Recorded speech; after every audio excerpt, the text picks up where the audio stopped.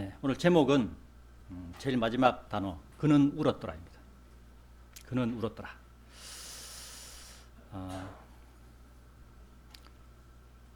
겨울이 지나간 것은 아닌 것 같은 날씨죠. 그죠? 어제는 상당히 추웠습니다. 추워가지고 저도 들들 떨었는데 이러다가 갑자기 더워지면 그런 상황이 들 것 같은 느낌이 들어요. 갑자기 이제 오늘 아침에 날씨가 영하 2도라고 하던데 갑자기 이제 더워져가지고 봄이 없어지는 그런 상황이 될 것 같은 느낌이 확실하게 듭니다. 또 지난주에는 우리가 다 아시는 바와 같이 산불이 나가지고 그 많은 그러니까 지금 대한민국이라는 나라가 이름이 정해진 이후로 최대의 산불이라고 얘기를 합니다. 그 전에 뭐 강원도에서 산불이 있었지만 그거는 잽이 안 될 정도로 많은 나무가 죽었고 또 사람이 죽었고 또 다쳤고 어떤 데 보니까 그 마을 자체가 아예 싹 다 그냥 불에 타가지고 잽밖에 남지 않은 그런 상황을 사진을 봤는데 참 안타까웠습니다. 또 엊그저께는 미얀마라는 나라에서 지진이 7.7의 강진이 발생했답니다. 그래서 거기서 1,000km 떨어져 있는 태국의 방콕이라는 그 태국 도시 중심부에도 이 건축적인 건물이 무너지는 상황이 영상을 봤는데 이런 일이 발생했습니다. 성경은 이런 일들에 대해 마태복음 24장 6절과 누가복음 21장 9절에서 이렇게 말씀하고 있습니다. 그리고 너희는 전쟁들과 전쟁들의 소문들에 관하여 들으리라. 이 모든 일들이 일어나야만 하나 아직 끝은 아니므로 너희가 불안해하지 않도록 주의하라 라고 말씀하고 있습니다. 그리고 누가복음 21장 9절에는 그러나 너희가 전쟁들과 격통들에 관하여 들을 때 공포스러워하지 말라. 이는 이런 일들이 반드시 먼저 일어나야 하나 바로 끝은 아니기 때문이라 라고 말씀하고 있습니다. 물론 이제 마태복음과 마가복음의 내용은 예수님이 이 세상 재림하는 그 상황을 말씀하시는 겁니다. 근데 예수님께서 세상 재림 하시기 전에 먼저 공중으로 재림하시는데 그 틈이 그렇게 넓지는 않습니다. 예수님께서 세상 재림하신 그 때가 대환란의 마지막 때거든요. 그 대환란은 7년이라고 얘기를 하거든요. 그 7년 대환란이 있기 전에 우리가 공중으로 들림받을 겁니다. 그러면 그 예수님이 지상재림과 우리 공중재림은 한 약 7년 정도의 차이가 있다는 거죠. 그럼 7년이라는 사실은 그렇게 큰 100년, 200년 이런 개념으로 보면 상당히 짧은 기간이죠. 예, 그렇게 생각하시면 됩니다. 그래서 우리가 지상재림을 기준으로 얘기를 하더라도 우리한테 우리가 맞이해야 되는 우리가 기다리는 공중재림이 얼마 안 남았구나라고 이해를 하시면 되겠습니다. 앞으로 또 어떤 일들이 일어나든지 그것이 전쟁이든지 아니면 지진이든지 또는 화산 폭발이든지 두려워하고 공포스러워하거나 불안해할 필요가 없다는 말씀으로 우리에게 위로의 말씀을 하나님께서는 이 말씀을 통해서 우리에게 전하고 있습니다. 다만 우리는 이러한 자연 현상들을 바라보며 예수님의 공중 재림이 점점 다가오고 있음을 깨닫고 말씀과 기도에 깨어있는 삶을 살아야 할 것입니다. 오늘 말씀의 제목 그는 울었더라에 대해서 생각해 볼 것 첫 번째로 육신의 정의를 내세우는 베드로와 제자들에 대하여 생각해 보겠습니다. 육신의 정의를 내세우는 베드로와 제자들. 마가복음 14장 21절부터 31절을 보겠습니다. 바로 앞장입니다. 바로 앞 페이지. 앞페이지 두 페이지 앞입니다. 14장 27절부터 31절입니다. 그리고 예수님께서 그들에게 이같이 말씀하셨느니라. 너희가 모두 이 밤에 나로 인하여 실족하게 되리라. 이는 기록되기를 내가 목자를 치리니 양들이 흩어지리라 하였기 때문이라. 그러나 내가 살아난 뒤에는 내가 너희보다 앞서 갈릴리로 들어가겠노라. 하지만 베드로가 그분께 말씀드리기를 비록 모두가 실족하게 될지언정 그럼에도 나는 그리 되지 아니하겠나이다 하였더라. 그러자 예수님께서 그에게 말씀하시기를 진실로 내가 너에게 말하노니 이날 바로 이 밤에 수탉이 2번 울기 전에 너는 나를 3번 부인하리라 하시니라. 그러나 그는 더욱 격렬하게 말씀드렸더라. 제가 당신과 함께 죽을지언정 저는 절대로 당신을 부인하지 아니하겠나이다. 그들 모두도 이와 같이 말씀드렸더라. 27절의 말씀은 스가랴 13장 7절의 말씀인 오 카라 나의 목자를 대적하고 나의 동료인 그 사람을 대적하여 깨어나라 만군의 주가 말하노라 목자를 치라 그리하면 양들이 흩어지리라 그런 다음에 내가 나의 손을 어린 것들 위로 돌이키겠노라의 말씀을 중에서 목자를 치라 그리하면 양들이 흩어지리라 이 말씀을 인용해서 예수님께서 27절에 말씀하신 겁니다. 그래서 이는 기록되기를이라고 얘기를 한 거예요. 자, 예수님께서는 제자들에게 자신이 죽지만 살아날 것이고 제자들보다 먼저 갈릴리로 가겠다고 28절에서 말씀하고 있습니다. 이 말씀을 듣고 다혈질적인 베드로는 모든 제자가 실족할지언정 자신은 실족하지 않겠다고 예수님께 자신의 정의를 내세우는 말을 합니다. 베드로는 이미 예수님께 자신의 육신에 대하여 자랑하다가 넘어지는 것을 몇 번 경험하였지만 베드로가 변화된 것은 아무것도 없었습니다. 마태복음 14장 27절부터 31절에는 물 위를 걸어오시는 예수님을 보고 자신도 물 위를 걸어서 예수님께 가려고 예수님께 부탁하여 물 위를 걸어갔으나 바람이 휘몰아치는 것을 보고 무서워하여 물속으로 가라앉는 상황을 맞이하게 됩니다. 예수님께서 예수님에게 구원해 달라고 내가 물에 빠져 죽을 것 같으니까 나 좀 구원해 달라고 베드로가 소리칩니다. 그래서 그 모습을 거기 볼 수 있습니다. 또 마태복음 16장 23절에는 그러나 그분께서 돌이키시어 베드로에게 말씀하시기를 사탄아 너는 내 뒤로 물러가라 너는 나에게 실족거리가 되는도다 이는 네가 하나님께 속한 것들을 선호하지 아니하고 오히려 사람들에게 속한 것들을 선호하기 때문이라 하셨느니라 라는 말씀이 있죠. 이 상황은 예수님께서 제자들에게 다른 사람들이 인자인 나를 그 예수님을 누구라고 말하더냐라고 예수님께서 제자들에게 물어봅니다. 그런데 제자들이 대답하기를 사람들은 예수님을 침례자 요한 또는 엘리야 또는 예레미야 또는 예언자들 중 하나라고 말한다고 예수님께 대답을 합니다. 이에 예수님께서 제자들에게 그러면 너희는 내가 누구라고 너희는 생각하느냐? 너희는 내가 누구라고 말하느냐라고 이렇게 물어보시죠. 이 질문에 베드로가 먼저 나서서 말씀드리기를 당신께서는 그리스도시요 살아계신 하나님의 아들이시니이다라는 유명한 대답을 하죠. 주는 그리스도시요 살아계신 하나님의 아들이시다라는 제독교회 성경에도 이 말씀은 나와 있습니다. 이 유명한 말씀입니다. 이 대답에 예수님께서는 마태복음 16장 17절부터 19절에서 베드로를 칭찬하는 말씀을 하십니다. 이에 베드로는 자신감이 충만하고 기뻤을 거예요. 마음이 예수님께서 나를 칭찬해 주시니까. 이것을 알 수 있는 구절이 마태복음 16장 21절부터 22절에 기록되어 있습니다. 마태복음 16장 21절과 22절에는 그때 이후부터 예수님께서 자기 제자들에게 보여주기 시작하신 것은 곧 자신이 예루살렘으로 가야 한다는 것과 장로들과 수석 제사장들과 서기관들에게 많은 것들로 순환을 겪어야 한다는 것과 죽임당해야 한다는 것과 셋째 날에 다시 일으켜져야 한다는 것이었더라. 예수님께서 미리 자신에 대해서 얘기를 했죠. 22절에 그때 베드로가 그분을 잡고서 베드로가 예수님을 붙잡고 그분을 꾸짖기 시작하여 라고 말씀합니다. 주여 그것이 당신께 결코 일어나지 않기를 바라나이다. 이 일이 당신께 일어나서는 아니 되나이다 하였더라. 자, 베드로의 상황이 어떻습니까? 칭찬을 받았으니까 완전히 그냥 기고만장해가지고 예수님한테 하나님의 일도 하면 안 된다고 그냥 자신의 생각을 당당하게 얘기하죠. 21절에서는 예수님이 이 세상에 오신 목적을 말씀한 내용입니다. 그죠? 예수님께서 이 세상에 오신 목적. 그리고 22절에서 베드로가 이 세상에 오신 목적인 고난을 받고 죽으셔야 하며 부활하셔야 함을 듣고 예수님을 꾸짖고 자신의 생각을 말하는 모습을 볼 수 있습니다. 그리고 베드로는 23절에서 예수님이 베드로에게 사탄아 너는 내 뒤로 물러가라. 너는 나에게 실족거리가 되는도다. 이는 네가 하나님의 속한 것들을 선호하지 아니하고 오히려 사람들에게 속한 것들을 선호하기 때문이라 라는 말을 듣습니다. 그죠? 베드로는 다른 제자들보다 자신이 더 앞서려는 육신의 모습을 보이는 제자였습니다. 그는 여전히 자신의 정의감에 불타는 사람이었던 것입니다.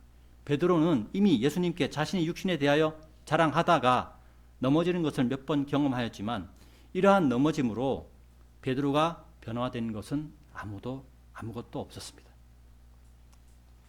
예수님의 죽음이 임박해서도 자신은 여전히 자신의 정의, 육신의 정의를 내세우며 다른 제자들은 배반할지라도 자신은 배반하지 않겠다고 호언장담하는 말을 내뱉고 있는 것입니다. 다른 제자들도 베드로를 따라서 자신들도 예수님을 배반하지 않겠다고 베드로를 따라 말하는 것을 우리가 앞에 보았죠. 3년여간 예수님을 따라 다녔지만 그들은 여전히 육신의 정의, 자신의 생각에 사로잡혀 있었던 것입니다. 오늘날 우리는 어떻습니까? 내 정의, 나의 생각에 사로잡혀 있지는 않습니까? 이것을 한번 생각해 봐야 된다는 겁니다. 오늘 말씀의 제목, 그는 울었더라에 대하여 생각해 볼 것. 두 번째, 육신의 정의를 내세우는 사람은 한 시간도 깨어 있을 수 없다라는 것에 대해서 생각해 봅시다. 마태복음 14장 37절을 보겠습니다. 마가복음 14장 37절입니다. 마가복음 14장 37절입니다. 그런 다음에 그분께서 오시니 그들이 잠든 것을 발견하시고 베드로에게 이같이 말씀하시니라. 시몬아, 네가 자느냐? 네가 한 시간도 깨어 있을 수 없더냐라고 말씀하시죠. 예수님께서는 베드로가 말하고 제자들도 동의한 제가 당신과 함께 죽을지언정 저는 절대로 당신을 부인하지 아니하겠나이다 라는 말을 듣고 더 이상 그것에 대하여 말씀하지 않으셨습니다. 그리고 겟세마네라는 곳에 이르러 제자들에게 내가 기도할 동안 너희는 여기에 앉아 있으라 라는 말씀을 하시고 제자들 중에 제자들 넘버 3 이너서클이라고 얘기를 하더라고요. 어떤 분은 베드로와 야고보와 요한만을 데리고 조금 더 가셨습니다. 그리고 예수님께서 심히 놀라고 몹시 힘겨워 하셨다고 33절에서 기록하고 있습니다. 이어서 예수님께서는 베드로와 야고보와 요한에게 내 혼이 극도로 슬퍼 죽을 지경이라 너희는 여기 머무르면서 깨어 있으라 라는 부탁을 하십니다. 그냥 깨어 있으라는 게 눈 뜨고 가만히 있으라는 게 아니고 깨어서 기도해 달라는 얘기예요. 그리고 예수님께서는 하나님 아버지께 십자가를 지는 잔을 제게서 옮겨 달라는 기도를 하시지만 곧이어 자신의 뜻이 아니고 하나님께서 원하시는 뜻대로 하옵소서라는 기도로 자신을 하나님께 드리는 기도를 하십니다. 예수님은 하나님이시지만 인간으로 오신 상태입니다. 하나님이시지만 인간의 상태예요. 인간의 몸을 입고 있는 상태입니다. 죄는 없으신 인간의 몸을 입으신 상태이므로 인간과 같이 육체의 연약함 속에 계신 상태입니다. 따라서 36절에 아바 아버지 모든 것들이 당신께 가능하나이다 이 잔을 제게서 옮겨 주옵소서 라고 기도할 수밖에 없었을 거예요. 왜? 인간의 몸을 입고 있었기 때문에. 그러나 예수님은 아담의 피를 이어받아 이 세상에 오신 것이 아니라 마리아의 몸을 빌려 이 세상에 오신 분이에요. 그러니까 사실은 그 호적상의 예수님의 아버지인 야곱은 야곱과 예수님의 관계는 양아들의 관계예요. 양부, 양아들. 그러니까 피가 안 섞인 그런 아버지인 거예요. 피가 안 섞인 아들이고. 그렇죠? 그래서 하나님께서 마리아의 몸을 빌려서 예수님을 이 세상에 보내주신 거예요. 이 말의 뜻은 예수님은 아담의 원죄가 없이 태어나신 분이라는 뜻입니다. 그래서 예수님은 우리와 다르게 죄가 전혀 없으신 분이었다라고 성경은 우리에게 얘기하고 있는 것입니다. 제가 전에도 말씀드렸듯이 사람이 죄를 짓는 이유는 태어날 때부터 죄를 가지고 태어나기 때문입니다. 즉 아담의 원죄가 우리의 육체에 스며들어 있다는 사실이에요. 사람은 태어날 때부터 그래서 죄인입니다. 예수님께서 사랑하신 제자들인 베드로와 야고보와 요한은 예수님께 깨어있으라는 말씀을 듣지요.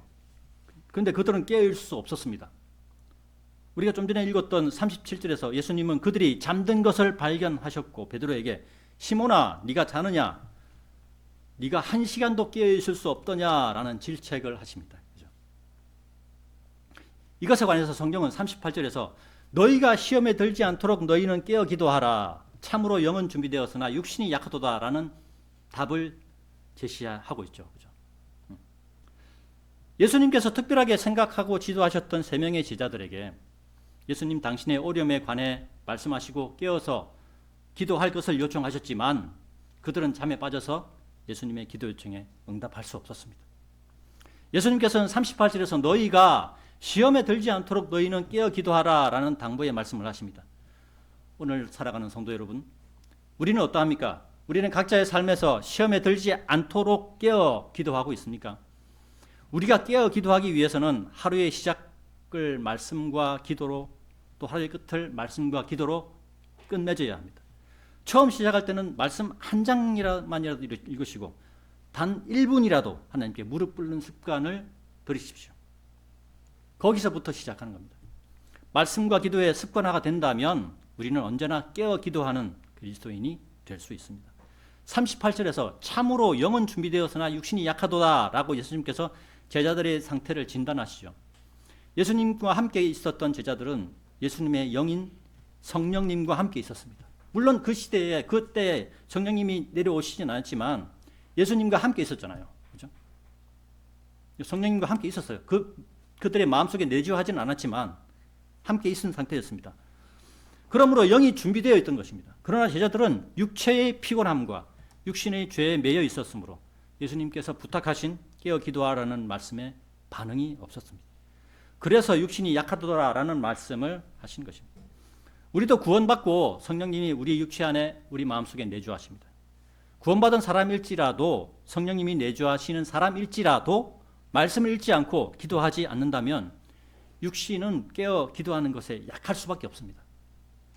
그 깨어 기도하는 것에 약하다는 거예요. 육신이 약하다는 말의 뜻은 성령님이 우리 안에 있으나 성령님의 영향이 사람의 마음, 즉 우리의 혼에 영향을 주지 못하여 마음과 생각이 육신을 조종하거나 육신을 이기지 못함을 의미하는 것입니다. 육신을 이기지 못하면 죄에 빠지게 되는 것입니다. 구원받았음에도 육신의 정의를 내세우는 사람이 될 수밖에 없는 것입니다. 육신의 정의를 내세우는 베드로와 제자들 같은 사람은 기도해야 할 때에 깨어 기도할 수 없고 잠들 수밖에 없는 인생을 살아갈 것입니다. 말씀과 기도가 육신의 정의를 이길 수 있고 깨어 기도할 수 있는 사람으로 변화되게 합니다. 성령님이 우리 안에 계시기 때문에 가능하신 것입니다. 우리의 힘으로 되는 게 아니라 우리 안에 성령님이 계시잖아요. 우리가 말씀과 기도로 깨어 있으려고 노력을 하면 성령님께서 우리를 도와주셔요. 우리가 변화될 수 있도록 바꿔주시는 겁니다. 오늘 말씀의 제목 그는 울었더라에 대하여 생각해 볼 것. 세 번째, 육신의 정의를 내세우는 사람은 예수님께 할 말이 없다에 대해 생각해 보겠습니다. 마가복음 14장 40절에는 그런 다음에 그분께서 되돌아오시어 그들이 다시금 잠든 것을 그분께서 발견하셨을 때 이는 그들의 눈이 무거웠기 때문이라. 그들은 그분께 무엇라 대답해야 할지도 몰랐더라. 아직 이제 그 예수님께 두 번이나 부탁하셨는데 계속 자버렸으니까 뭐라고 염치가 없죠. 할 말이 없는 거예요. 이 상황을 그리스도의 심판석에서 내가 당한다고 한번 생각해 보십시오. 얼마나 처참하고 얼마나 비참하겠습니까? 내가 예수님 앞에 내가 이런 일을 하였습니다라고 말할 것도 없고 아무런 할 것도 없어요. 얼마나 부끄러운 상황이 되겠습니까? 예수님께서 깨어 기도하라고 부탁의 말씀을 두 번이나 하셨는데도 베드로와 야고보와 요한은 반응이 없었습니다. 이유는 그들의 눈이 무거워서 잠을 이길 수가 없었기 때문이었습니다. 그러나 예수님께서 그들의 모습을 발견하셨을 때 그들은 그분께 무엇라 대답해야 할지도 몰랐다고 기록하고 있습니다. 베드로와 야고보와 요한은 예수님께서 그들에게 부탁하신 것을 하지 못한 것에 대하여 아마 쥐구멍이라도 들어가서 예수님의 얼굴을 피하고 싶었을지도 모릅니다. 그들의 눈이 무거운 것은 육체의 필요함도 있었겠지만 육체의 필요를 이길 그들의 의지나 노력이 전혀 없었기 때문입니다. 그렇죠? 내가 피곤하다면 잠을 자는 건 아니지 않습니까? 어느 정도 해야 될 건 하면서 진짜 피곤할 때 쉬는 거죠. 잠을 자는 거죠. 그런데 이들은 아무런 노력도 하지 않았습니다. 38절의 말씀이 너희가 시험에 들지 않도록 너희는 깨어 기도하라. 참으로 영은 준비되었으나 육신이 약하도다 해서 너희가 시험에 들지 않도록 너희는 깨어 기도하라 라는 말씀을 생각해 보겠습니다. 무엇 하라 라는 말씀은 자신의 힘으로 노력하라 라는 의미입니다. 오늘날의 구원은 공짜로 얻은 것입니다. 그죠? 처음에 여러분들이 받아들이는 그런 노력만 하면, 받아들이는 의지만 하면 있으면 그것으로 그냥 공짜는 구원 얻는 거예요. 그러나 믿음을 유지하는 것은 자신의 노력이 필요합니다. 말씀을 읽는 것, 기도하는 것, 예배에 참석하는 것, 거리에서 하나님의 말씀을 선포하고 예수님을 전하는 것 등은 자신의 노력입니다. 우리 한번 봅시다. 우리가 먹고 살기 위해서 각자 일을 하잖아요. 각자 일을 할 때 자신의 노력이 들어갑니까? 들어가지 않습니까? 들어가지요. 그죠? 자신의 일을 위해서 자기의 노력하는데 우리가 구원을 받았는데 이 구원받은 은혜에 감사해서 하나님이 이래도 노력을 해야 되지 않습니까? 자기 자신의 것만 노력하면 그리스도의 심판석에서 내려올 게 없어요. 그죠? 이런 노력을 행하였을 때 성령님께서 함께 하시고 역사하시는 것을 느끼며 이러한 것이 믿음을 유지하는 길입니다.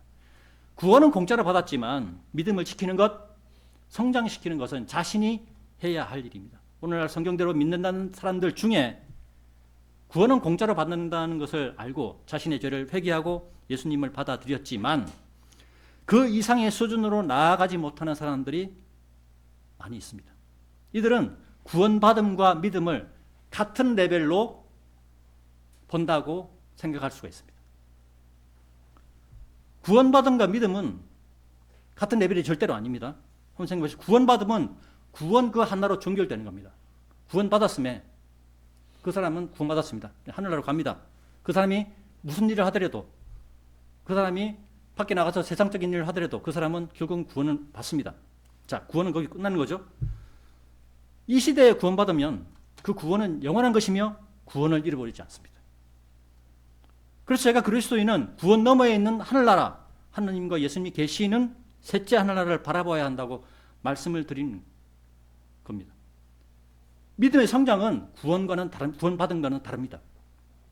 믿음은 백향목같이 30m, 40m 이상 자랄 수도 있고 예수님께서 저주한 무화과 나무처럼 말라 죽을 수도 있습니다. 믿음이 자라지 못하고 정체해 있거나 저주받는 무화과 나무처럼 믿음이 점점 작아져서 나중에는 믿음이 남아있지 못하는 상태가 될 수도 있습니다. 그죠? 우리가 주변의 사람들 중에 교회를 다녔는데 나중에는 교회도 나오지 않고 그냥 세상으로 나가버렸어요. 세상 떠내려갔습니다. 그런 사람은 믿음이 결국 후퇴해가지고 믿음이 없어져 버린 거예요. 그런 상황이 될 수가 있다는 거예요. 그러한 모습으로 그리스도인이 심판석에서 발견된다면 예수님께서 그 사람에게 이 세상에 있을 때 무엇을 하였는지 물어보실 때 그 사람은 예수님께 무엇라 대답해야 할지도 모르게 될 것입니다. 예수님께 할 말이 없을 것입니다. 믿음이 자라지 못하면 육신의 정의를 내세우는 사람과 결국은 같게 됩니다.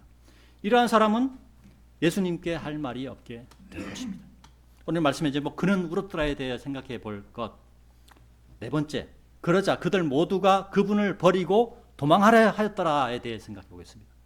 마가복음 14장 50절부터 52절을 보겠습니다. 마가복음 14장 50절부터 52절입니다. 자, 제가 봉독하겠습니다. 그러자 그들 모두가 그분을 버리고 도망하였더라. 그리고 어떤 청년 한 명이 자신의 알몸에 아마천을 두른 채 그분을 따르고 있었는데 청년들이 그를 붙잡았더라. 그러자 그가 그 아마천을 남겨두고 벌거벗은 채 그들에게서 도망하였더라 라고 말씀하고 있습니다. 50절에 예수님의 제자들 모두가 예수님을 버리고 도망하였다고 말씀하고 있습니다. 심지어 어떤 청년은 입고 있던 옷도 버리고 알몸으로 도망하였다고 말씀하고 있습니다. 예수님께서 병자들을 고치시고 수많은 무리를 먹이시고 죽은 자를 살리시는 모습에 감동하여 예수님을 따랐던 제자들은 아무런 힘도 쓰시지 않고 예수님께서 붙잡히시는 걸 보고, 그죠? 예수님께서 그 붙잡히시는 거 예수님이 저항 안 했습니다. 그죠? 순순히 붙잡히셨습니다. 그것을 보고 겁이 나서 자신들은 죽지 않으려고 도망쳐버린 거예요. 겁이 나서 도망쳐버렸습니다. 이 세상의 논리로 바라보았을 때 이러한 현상은 지극히 당연한 것입니다. 그리고 예수님을 죽이고자 했던 무리들은 이러한 현상을 예상하고 예수님만 죽이면 모든 것이 자신들이 원하는 대로 흘러갈 것이라고 생각을 하였습니다. 이것에 대해서 우리가 추측할 수 있는 말씀이 있습니다. 사도행전 5장 34절부터 37절을 보겠습니다. 사도행전 5장 34절부터 37절입니다. 찾아보겠습니다. 사도행전 5장 38절에서 34절에서 37절입니다. 제가 봉독하겠습니다. 그때 공회 가운데 한 명이 거기에서 일어섰으니 가말리엘이란 이름으로 불리는 바리새파 사람이며 율법 박사로서 모든 백성 가운데 명망 있는 자였더라. 그리하여 그가 사도들을 잠깐 밖에 두도록 명령하였고 그런 다음에 그들에게 이같이 말하였더라. 너희 이스라엘 사람들아, 너희가 이 사람들에 관련하여 무슨 의도로 행하는지 스스로 주의하라.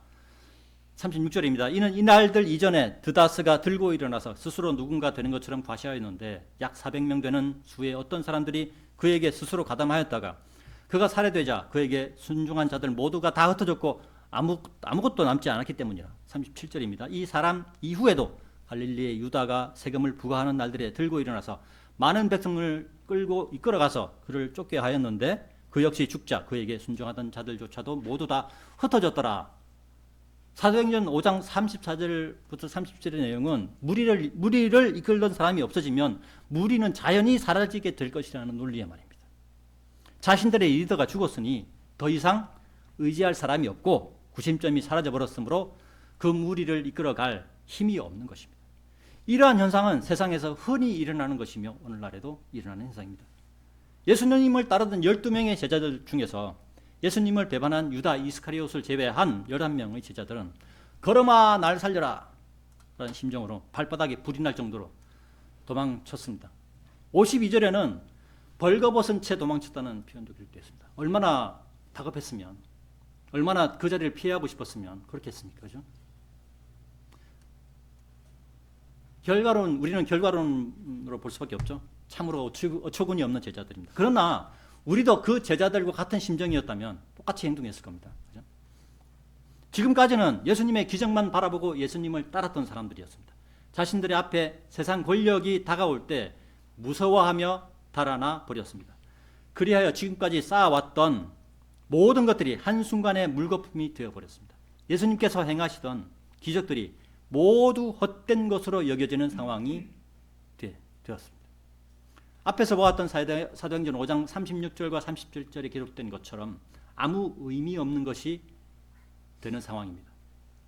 예수님께서 이러한 결과를 뻔히 아시면서도 제자들에게 최선을 다하셨습니다. 사람이 변질된다는 것을 하나님이시자 예수님으로 오신 분께서 모를 리가 없음에도 불구하고 예수님께서는 제자들에게 최선을 다하신 것입니다. 그리고 예수님께서 잡히시는 순간에 제자들에게 자신과 함께 십자가를 질 것을 강요하지 않으셨죠. 그 자리에서는 예수님께서는 사람이 스스로 자기 선택으로 십자가를 질 것을 예수님은 바라시는 거예요. 오늘도 마찬가지입니다. 우리 스스로가 예수님을 선택하고 십자가를 지어야 되는 것입니다. 마가복음 14장 34절부터 42절을 읽어보면 예수님께서 제자들에게 강요하는 말씀은 전혀 하지 않으시고 너희가 시험에 들지 않도록 너희는 깨어 기도하라 라는 말씀으로 오히려 제자들을 걱정하는 말씀만 하십니다. 결국 예수님의 붙잡히심으로 인하여 제자들은 시험에 들고 도망가 버렸고 예수님께서 부활하시고 다시 찾아오시기까지 숨어 지내는 신세로 전락하게 되었습니다. 예수님 자신이 하나님의 뜻대로 붙잡히셨고 제자들은 모두 예수님을 버리고 도망쳐 버렸습니다. 이 상황에서 예수님의 죽으심으로 모든 게 끝나버리면, 그죠? 예수님께서 부활하지 않으시고 그냥 끝나버리면 아까 우리 앞에 읽었던 사도행전 5장 36절부터 37절의 그런 사람과 예수님과 다를 바가 없죠. 똑같습니다. 그죠? 그러면 우리의 선포도 헛되고 우리의 믿음도 헛된 것이 되는 것입니다. 고린도전서 15장 14절은 이것에 대해서 이렇게 말씀하고 있죠. 만일 그리스도께서 살아나지 아니하셨다면 그때는 우리의 선포도 헛되고 너희의 믿음 역시 헛되니라 라고 예수님께서 부활하셨음을 역설적으로 반대의 말로 증명하는 말씀. 예수님께서는 부활하셨다라는 말씀을 이렇게 하시는 겁니다. 오늘 말씀 제목 그는 울었더라에 대해 생각해 볼 것. 네 번째, 그는 울었더라에 대해 생각해 보겠습니다. 그는 울었더라에 대해. 예수님께서 붙잡히시자 베드로는 자신이 가지고 있던 칼로 대제사장의 종중에서 한 명의 귀를 잘라버렸습니다. 이것은 베드로가 힘으로 그들을 막아보려고 하는 행동이었습니다. 그러나 예수님께서는 베드로에게 너의 칼을 칼집에 꽂으라 나의 아버지께서 나에게 주신 잔 그것을 내가 마시지 않겠느냐. 그리고 귀가 잘린 대제사장의 종의 귀를 붙여주십니다. 이 상황에 예수님의 제자들 모두 예수님을 버리고 도망하였다고 말씀하고 있습니다. 예수님의 수제자였던 베드로도 도망가기에 바빴습니다. 그리고 베드로는 이 일이 어떻게 진행되는지 보고자 예수님이 체포되시고 신문 받으시는 곳까지, 그러니까 대제사장의 집까지 따라갔습니다. 54절에는 그리고 베드로는 이렇게 말씀하고 있습니다. 그리고 베드로는 멀리 떨어져 그분을 따라갔으니 대제사장의 관자 안까지 따라갔더라. 그리고는 그가 종들과 함께 앉아서 불을 쬐며 자신의 몸을 따뜻하게 하더라 라고 예수님께서 잡히신 후에 베드로의 행동에 대하여 기록하고 있습니다. 이스라엘이라는 땅이 있는 가나안 땅은 중동 지역의 맨 왼쪽 지중해와 붙어 있죠. 그래서 다른 계절은 지중해의 영향으로 날씨가 따뜻하다고 합니다. 근데 겨울철의 밤에는 추운 날씨가 지속되는 특징이 있다고 합니다. 54절에서 베드로가 불을 쬐며 자신의 몸을 따뜻하게 하였다고 기록되는 것으로 보아서 예수님이 잡히시던 계절은 겨울철에서 봄철로 넘어가는 그런 시기였을 것으로 생각됩니다. 베드로는 다른 제자들과는 다르게 예수님이 어떻게 되시나 궁금하여 예수님을 따라 대제사장의 관자 안까지 따라갔다고 말씀하고 있습니다. 그러는 가운데 베드로를 알아보는 대제사장의 종들이 있었죠. 여종들이 있었습니다. 그들에게 들켜가지고 추궁을 당하는 상황이 벌어집니다. 베드로가 예수님을 부인하는 상황은 첫 번째 추궁을 당하고 첫 번째 부인을 하였을 때, 그러니까 첫 번째 추궁을 당하고 그리고 추궁당하고 거기에서 예수님을 부인했을 때 숱하게 울었다고 기록되어 있습니다. 그리고 두 번째 추궁을 당하자 베드로가 두 번째 부인을 합니다. 그리고 세 번째 추궁을 당하자 세 번째는 베드로가 더 심한 말을 합니다. 예수님을 저주하고 맹세하여 나는 예수님 모른다. 저주하고 맹세하여 예수님을 부인했습니다. 이때 숱하게 두 번째로 울었다고 기록되어 있습니다. 예수님께서 베드로를 향하여 숱하게 두 번 울기 전에 네가 나를 세 번 부인하리라 라는 예언이 이루어지는 상황이 벌어졌습니다. 이에 대하여 성경은 마가복음 14장 27절 우리가 봤던 본문 72절에서 그러자 두 번째로 숱하게 울었더라. 이에 베드로가 그 말씀을 떠올렸으니 예수님께서 그에게 말씀하시기를 숱하게 두 번 울기 전에 네가 나를 세 번 부인하리라 하셨던 것이라. 그러고는 그가 그것에 대해 생각하였을 때 그는 울었더라 라고 말씀하고 있습니다. 베드로는 예수님의 수제자였습니다. 다혈질적이었습니다. 성격이 급하고 되게 세상적으로 볼 때는 사나이처럼 보였습니다. 그런 베드로가 울었다고 얘기하고 있죠. 그러나 베드로는 예수님께서 기도 부탁을 하셨을 때 잠들어 있었고 이러한 행동은 세 번이나 계속되었습니다. 그리고 그러한 행동으로 인하여 제자들 앞에 두려움이 찾아왔을 때 어느 누구도 예수님과 함께 동행한 사람은 한 사람도 없었습니다. 베드로는 자신이 예수님 앞에서 자랑했던 말인 제가 당신과 함께 죽을지언정 저는 절대로 당신을 부인하지 아니하겠나이다 라는 말과 함께 예수님께서 하신 말씀인 숱하게 두 번 울기 전 네가 나를 세 번 부인하리라 라는 말씀을 생각하고 베드로는 울었다고 기록하고 있습니다. 사람이 운다는 것은 어떤 상황에 직면했을 때 너무 기쁘거나 혹은 너무 슬프거나 할 때 사람은 웁니다. 베드로는 자신의 말에 대하여 지키지 못했음에 슬퍼하며 울었던 것입니다. 베드로는 다혈질적인 사람이었죠. 조직에서 우두머리가 되고 싶었던 사람이었습니다. 그렇죠? 그래서 예수님도 베드로를 보고 주로 베드로에게 많은 말을 하시고 베드로에게 많은 어떤 가르침을 주셨습니다. 예수님 앞에서는 제일 잘난 척하는 사람이었습니다. 그래서 실수도 많이 하는 사람이었습니다. 그리고 자신의 실수에 괴로워하는 사람이었습니다. 그런 베드로를 향하여 예수님께서 부활하시고 베드로를 찾아가서 이런 말씀하십니다. 요한복음 22장 17절을 찾아보겠습니다. 요한복음 21장 17절입니다.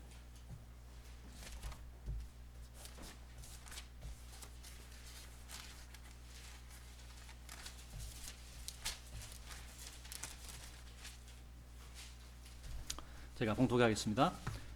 그분께서 그에게 세 번째로 말씀하시기를 요나의 아들 시몬아 네가 나를 사랑하느냐 하시니라. 베드로가 그분께서 자신에게 세 번째로 네가 나를 사랑하느냐라고 말씀하신 까닭에 비통해하였더라. 이 비통해하였다는 얘기는 베드로가 자신이 예수님을 세 번 부인하고 울었다고 얘기했잖아요. 그거와 같이 이렇게 그걸 생각했던 거예요. 그래서 비통해하였더라. 이윽고 그가 그분께 말씀드리기를 주여 당신께서 모든 것들을 아시며 당신께서는 제가 당신을 사랑하는 것을 아시나이다 하였더라. 예수님께서 그에게 이같이 말씀하시나라. 내 양들을 먹이라. 결국은 내 양들을 먹이라, 내 양들을 먹이라, 내 양들을 먹이라. 이 말씀을 세 번 하시면서 예수님께서 베드로에게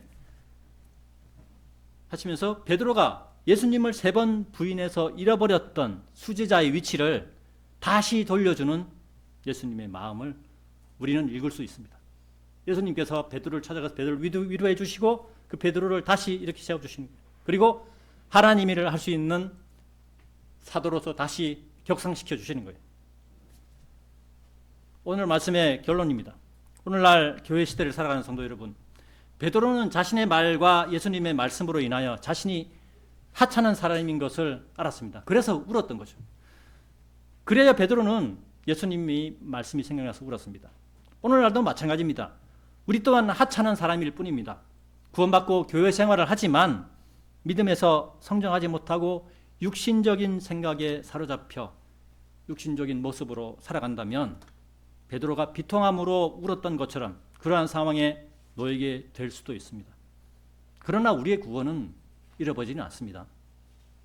그러나 이 세상은 마귀가 지배하는 세상입니다. 우리가 우리 안에 계신 예수님의 영이신 성령님께 붙들려 있지 못하고 육신적인 모습을 보인다면 마귀의 유혹에 넘어가게 될 것이고 이것은 우리에게 비통함과 슬픔을 가져오는 원인이 될 것입니다. 베드로가 부활하신 예수님을 만나서 수제자의 위치를 다시 돌려받고 이후에 성령님의 충만함을 받고 예수님을 전하는 사도로서의 삶을 살았습니다. 베드로는 십자가에 거꾸로 달려서 죽었다고 얘기하죠. 네. 하나님께서는 모든 사람들을 구원받게 하기를 원하시고 또 진리의 지식에 이르게 하기를 원하신다고 디모데전서 2장 4절에서 말씀하고 있습니다. 하나님의 일은 모든 사람이 구원받는 게 그게 하나님의 최종적인 목적이에요. 모든 사람들이 구원받게 하기를 원하십니다. 이 시대에 우리가 구원받은 자로 발견된 것은 예수님을 전하는 자로 살기를 원하시는 하나님의 뜻에 따라 우리가 먼저 구원받은 자로 발견된 것뿐입니다. 베드로가 부활하신 예수님을 만나고 성령님의 충만함으로 하나님의 일을 감당했던 것처럼 우리도 우리 안에서 역사하기를 원하시는 성령님의 뜻대로 우리가 반응하는 우리 전환생명 침례교회와 유튜브로 시청하시는 성도 여러분 되시기를 기원하겠습니다. 이상으로 설교를 마치도록 하겠습니다.